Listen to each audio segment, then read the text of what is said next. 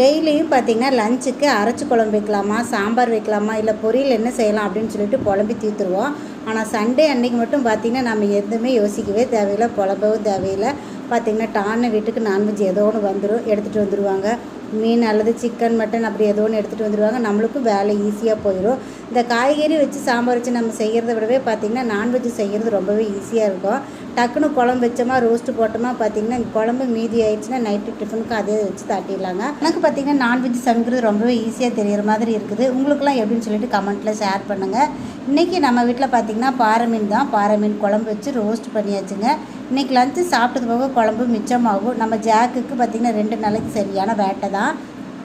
நைட்டுக்கும் பார்த்திங்கன்னா இதை குழம்பு மீதமாகும். அதை வச்சு இன்றைக்கி இட்லி டிஃபனுக்கு அதே சாப்பிட்ற வேண்டியது தான்.